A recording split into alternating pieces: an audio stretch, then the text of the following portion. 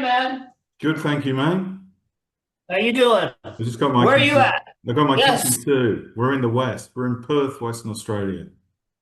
Okay. Place. Well, I'm happy to say that I'm playing Perth on November 21st, 6 months from now. And So we'll this be. is pretty well in advance. So It is. It get is. ready for November. Get ready for November 21st. I'm just going to go to sleep and wake up in November, I think, and we'll go from there. So it's great to have you back. Awesome. It's been too long. It's always wonderful to see you over. Some of my finest memories of days of old back in the 80s were watching you play in the UK. Those tours with Vane. I think the first one Wow. was one of my favorite double bills of all time. And then I think a couple of years later, you obviously were selling out the big stadiums. We saw you play with LA Guns and Love Hate, all bands that are still around today. And to come back not only to play that first album, but also bringing over what I think is your best album you've ever done will be Oh wonderful. man. I really appreciate you saying that. Thank you. Thank you. I It's think it will be great to hear I the think new child. songs. Sorry. Well, I agree with you. Um, every artist always says that their new record is their best, but if anybody's a vinyl fan watching this, they know the names Elvis Baskett Mm. and Robert Ludwig. Elvis produced the album Child Within the Man, and he does uh, Wolfgang Van Halen, Alter Bridge, Miles Kennedy, Slash. He's top level producer. And then I'm friends with Adam Jones from Tool. When I lived in Studio City, California, he was like my neighbor. And we bonded because we had kids, and I had a bouncy house in my backyard, and he'd bring his kids over, and I'd go over and swim in his pool. And we became friends. And he goes, Sebastian, here's the new Tool record. And I turned it and I started reading the credits, and it said mastered by Robert Ludwig. And anybody that knows the name Robert Ludwig is the guy who mastered Led Zeppelin 2, Whole Lot of Love. And this is a legend. He did the first pressing of Led Zeppelin 2, and he had so much bass on his mastering that it would skip the needle of the record on the cheap little vinyl players back in the early 70s. So Atlantic Records had it remastered with less bass. And so any vinyl collector knows that those first pressings, mastered by Robert Ludwig of Led Zeppelin 2, are worth hundreds of dollars. And I collect vinyl. Yeah. And every time I saw his name on the back of an album, I knew it would sound incredible. And I said to Adam Jones, I go, this is not the same Robert Ludwig. Like, how old is this dude? He goes, yes, it is. He's 83 or something like this. And he still masters albums. And he mastered the Black Album by Metallica reissue. Yeah. He mastered Alice in Chains Dirt reissue. And he mastered Child Within the Man. So I have the combination of Elvis Baskett, who is the top modern rock producer, with the guy who put too much bass on Whole Lot of Love. Like, I told my record company, you want to make me happy? Let that guy master it. And what you're hearing, man, Yeah. is that. Like, I can't take all the credit. I can take the credit for being a collector and knowing who's amazing to work with. But those guys, I don't know what buttons they're pushing. But when you listen to a song like What Do I Got to Lose? I couldn't be happier, or Hold On to the Dream. I could not be happier with the way it sounds. Like it sounds perfect to me. Yeah. I've got the glow in the dark version. So That's Oh, right on, right on. Very, very, very tasteful. Very yes, good. that's pretty cool. That was the one that got it for me. I mean, I know there are a few versions out there, but that was the one that I thought I'm not So the did you get that did you get that at JB's Hi-Fi? no, I ordered it from overseas. I can't remember where I got it from, but Oh, it was came from the US, I think. that's great. It's a great Okay. return after 10 years. And of course, we've got to take COVID into account. But you mentioned this one of the songs that really did it for me, and that was Hold On to the Dream, which sums it up Yeah. perfectly. It's like to me that song is you. That's Robert Halford, that's Dio, that's Oh shit. some of the great Oh, voices. oh, you stalled up, dude. Oh, okay. I was going to say when I listen to a song like Hold On to the Dream, Oh, that to me is you. That's Sebastian Bach. That's Rob Halford. That's Dio. That's all the great rock of the last 3 decades yeah. in one song. Is that a particular favorite? It is. It is probably my favorite song that I've ever recorded because of to me, it's like a combination of classic metal, Hmm. but then the chorus, the harmonies I'm singing to myself are like Steely Dan or Yeah, like yacht rock. yeah, Like if you listen to the vocals of that chorus, it is very much influenced by like yacht rock. yeah. What's But it's heavy as hell, you know. But I love yacht rock. I love the vocals of like the Eagles and Steely Dan and stuff like that. So I'm not scared to sing like that. But the music is totally.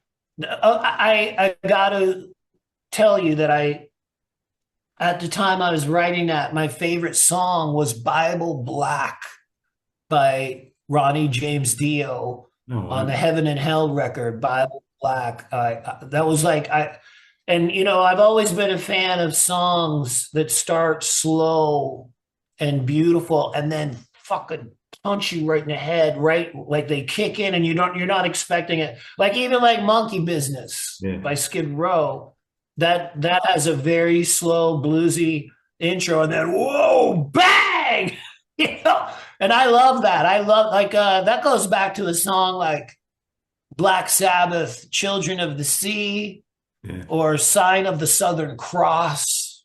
Those were songs to me that were so incredible. You know, Victim of Changes, like with this guitar intro, and then like that's my kind of rock. Is I like a slow, beautiful intro, and then an evil riff that comes in. I That's love the fact that so. Hold on a drink. yeah. I love the fact that you're such a fan. It to me Oh, yeah. the album absolutely smacks of someone who loves 70s rock and just wants to Yeah, I do love 70s rock. do I collect something. vinyl. You know, like my record company, when the album came out, like all the videos are like, what do I got to lose? Almost 2 million views now, and it's incredible. But my Spotify numbers are not that great. And they're like, why is this? And I go, fuck Spotify. Like I don't even deal with that. I don't think my fans are into that. I think they're into vinyl and CDs and watching a video on YouTube. I know they're into that because I see the numbers. But Absolutely. I don't think a lot of classic metalheads are like, oh, what's the latest Spotify playlist? I don't give a shit about that. I don't listen to that. It's the quality of the streaming Yeah. is garbage compared to what I got going on in my living room.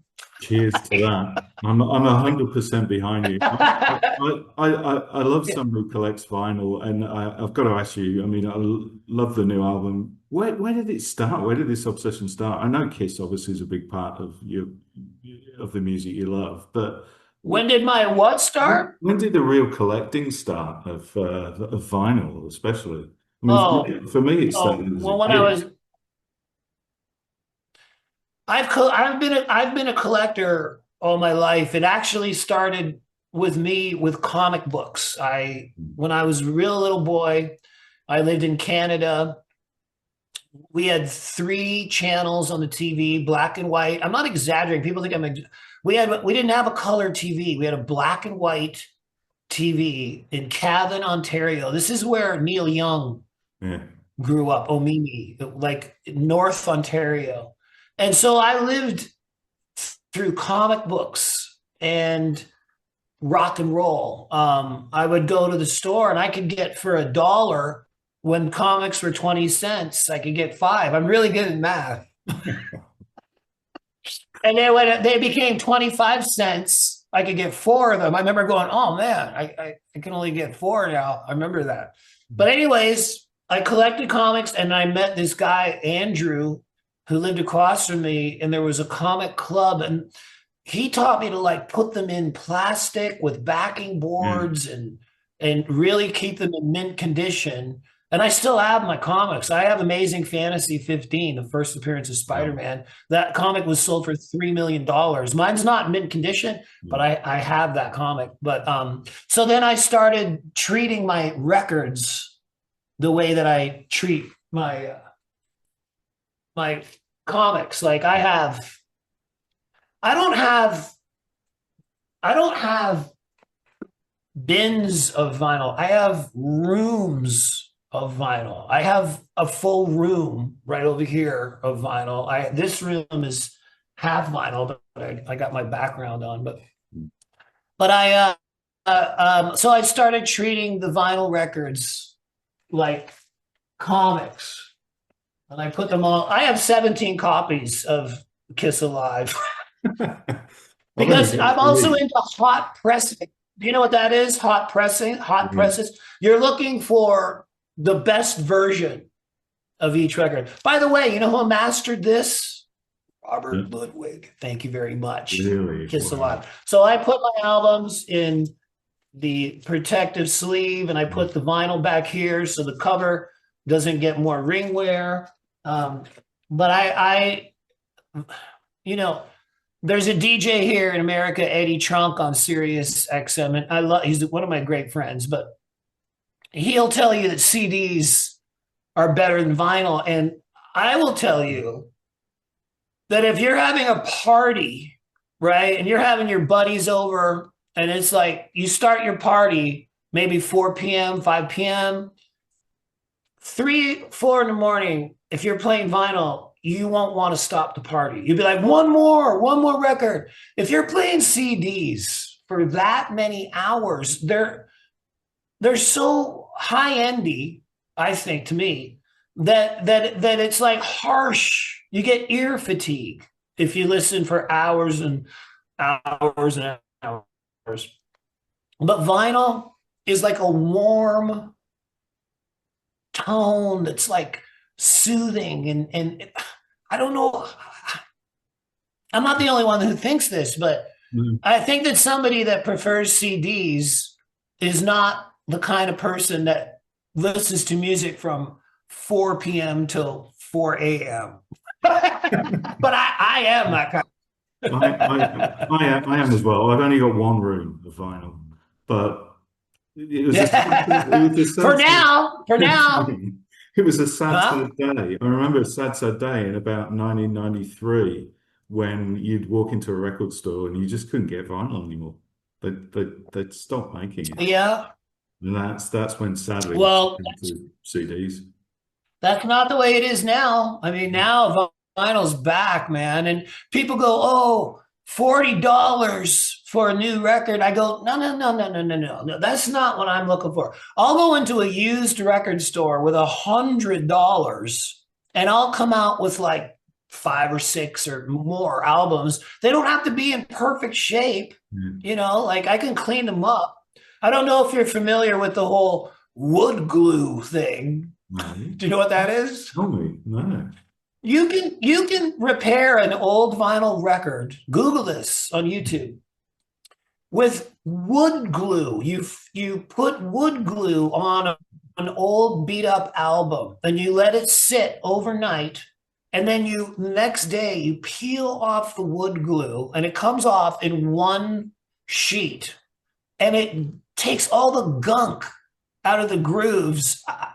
I used to do this when I was really bored, Yeah. you know, because I had my dad's record collection. My dad passed away in 2002, and his records were all beat up, and I wasn't going to throw them out. I go, I'm not throwing out my dad's record collection. So then on YouTube, I saw this whole wood glue thing.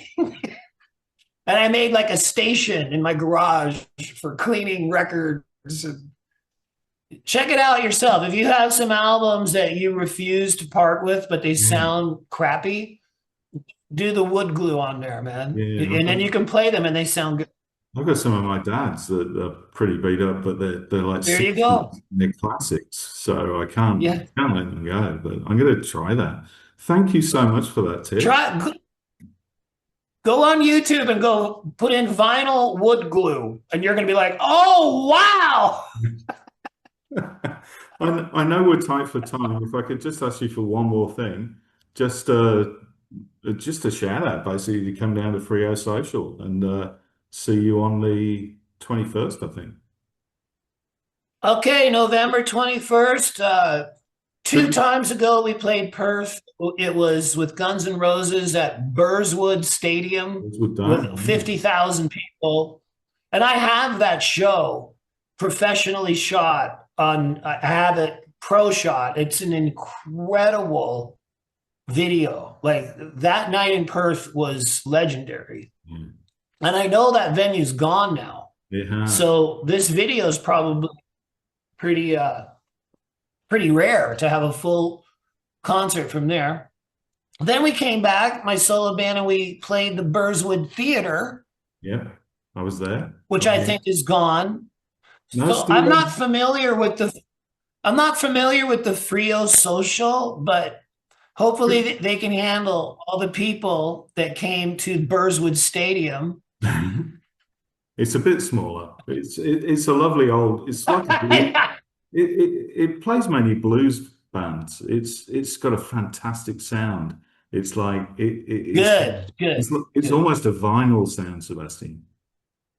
Oh, great. Well, I'm down with it. I'm just if we're flying all that way, come to the show, man. I hope the stage is big enough for this big mother trucker right here.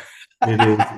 It would be wonderful to see you again. It was. I think it was first time I saw you was at Salinas in Sydney. I think that's the first time you came. Oh, you know what? I have a story about that gig. Yeah. That was outside of Sydney, right? So, that's right. Like that club that was like going up the stairs, right? Yeah. Isn't that right? Yeah. Okay, so that gig, Salinas in Sydney, was the first time that anybody ever booked me as Sebastian Bach, original voice of Skid Row. That's how that show was booked. It was those exact words, original voice of Skid Row. And I saw that tagline, and that gig was crazy. Do you remember that gig? That gig was so I remember breaking up fights and shit. You remember that? Like, remember it was nuts. It was right next to And I go, you know what? That tagline, original voice of Skid, I've used that ever since. And it was because of that gig. Whoever booked that gig, thank you. That was a great idea. It was fantastic. And I read my old band saying, he's not the original voice of Skid. And I go, I'm talking about the record, brother. Is there another voice on the record? Because I can't hear one. Yeah. Great days. And it right will come on. back again. Last two times you've been over in Perth has been at Augusta, which has a great sound. The new venue you're playing has a wonderful sound as well. We can't wait to see you. I'm just going Thank you for time. I'm just going to go to sleep now, Sebastian, and set my alarm for November. Well, hey, I would do that too, but I got to rehearse. I got to get my voice going to sing all the songs that I recorded when I was 19 or 20. Yeah. And I'm still singing them at the age of 57 in the same key. We don't tune the guitars down. We don't have no tapes. We don't have no computers. We just get up there and do it in the tradition of Rose Tattoo Fantastic. and AC/DC and Cold Chisel and Triumph and Rush, and like we do it for real. And I'm happy to say I don't have any problems. I feel bad. I don't want to jinx myself, but I think if I was going to lose my voice, it would have happened a couple of years back, like because I'm pretty fucking old now. Well, what's the secret? So How do so you everything's how do you keep the voice? I mean, some people like Glenn Hughes have abused their voices over the years, and he's got no secret. He just goes, it's just there when I need it. Do you have you well. I changed your habits over the secret for the secret for me is that when I first joined the band Skid Row in '87, or I think it was '87, um, I went to a vocal coach that John Bon Jovi hooked me up with, named Don Lawrence.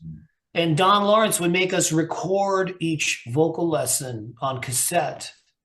So I had all these cassettes of me singing in my late teens, early 20s. And then when digitizing came out in the mid 90s, the first thing I did was digitize all my vocal lessons. Me, la la la la la la la la la, like, doing all that kind of stuff when I was a teenager or early 20s.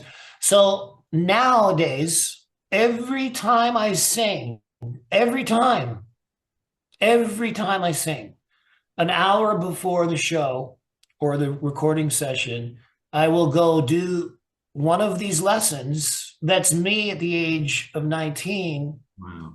So I sing to myself at the age of 19, and I've never stopped. I did it yesterday. Yeah. I'll probably do it today. So I keep my voice the same as it was when I was 19. And the crazy thing is that other singers have heard me do this warm up, and they ask me, they go, Sebastian, can you please give me a copy of your warm up? They go, I need a fucking warm up. That's it. And Axl Rose warms up to me. Wow. One of these tapes. Phil Lewis of LA Guns warms up to me. Lita Ford warms up to me. I give my warm up to people that I like. Yeah. I went to see Lita Ford. Well, I played with her a couple maybe a month or two ago, and Bobby Rock, the drummer, pulled me aside. He goes, I gotta thank you. I go, what? He goes, Lita's voice has improved like 100%. She goes, she does your warm up, and it makes her sing better. And thank you. And it's so crazy because, I mean, I'm not too into computers, but I love the fact that I have on my phone a half-hour vocal session from the year 1987 of me, and I make my voice stay like that. So that is my secret for sure. That's fantastic. Thank you so much for taking time to talk to us today. Always a pleasure. Can't Thank you. wait to see you. I think I've seen you every time you come to Australia, including the Stone Music Festival where you came as part of the Kings of Chaos, Oh, which was what a fantastic. crazy, that was a very interesting It was a gig. very wet day.